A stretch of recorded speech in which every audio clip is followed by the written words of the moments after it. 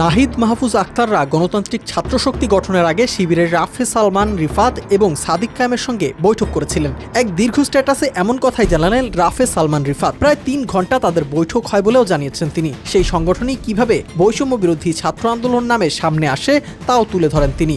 বলেন, শিবিরের প্রতিনিধি হিসেবে একাধিক ব্যক্তি ছিল বৈষম্য বিরোধী ছাত্র আন্দোলনে। সেখানে কোনো হায়ারার্কি ছিল না, সবাই ছিল স্রেফ সমন্বয়ক। রিফাত লিখেছেন, সবাই পলিটিক্স শিখে গেছে। তিনি অভিযোগ করেন, বর্তমান ছাত্রশক্তির কিছু নেতা নিজের সাবেক দায়িত্বশীলদের বিরুদ্ধেও বিষোদ্গার করছে, শিবিরের সঙ্গে তাদের সম্পর্ক অস্বীকার করছে এবং ক্ষমতার মোহে নৈতিক অবস্থান বিসর্জন দিচ্ছে। তার ভাষায়, ক্ষমতার অন্ধ মোহে নিজের এককালের সেফগার্ডকেও নোংরা আক্রমণের লক্ষ্যবস্তু বানিয়ে ফ্যাসিবাদকে অট্টহাসি দেওয়ার সুযোগ করে দিচ্ছে। রাফে আরও বলেন, তখন তাদের কথায় বুঝেছিলাম নতুন এই রাজনৈতিক উদ্যোগ প্রায় পুরোটাই মাহফুজের ব্রেন চাইল্ড। মাহফুজ এখানে মূল আইডিওলগ, ওর উদ্যোগের থট প্রসেস ডেভেলপ করেছে সে।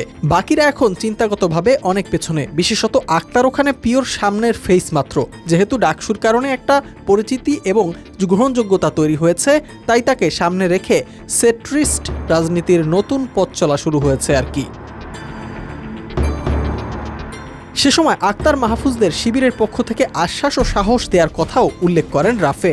সে সময়কার নাহিদ আক্তার মাহফুজদের অভ্যন্তরীণ কোন্দলের কথাও তুলে ধরেছেন তিনি। স্ট্যাটাসে রাফে উল্লেখ করেন, তৎকালীন সংগঠনগুলো ছাপিয়ে জুলাইয়ে নতুন ব্যানার তৈরি হয়, যা ছিল বৈষম্য বিরোধী ছাত্র আন্দোলন, যেখানে সামনের ফেজ হিসেবে ছাত্রশক্তি, শিবির, ছাত্র ফেডারেশন, সামাজিক সংগঠনের প্রতিনিধি, ডিবেট সার্কিটের লোকজন, সাধারণ অ্যাক্টিভিস্ট সবাই ছিল।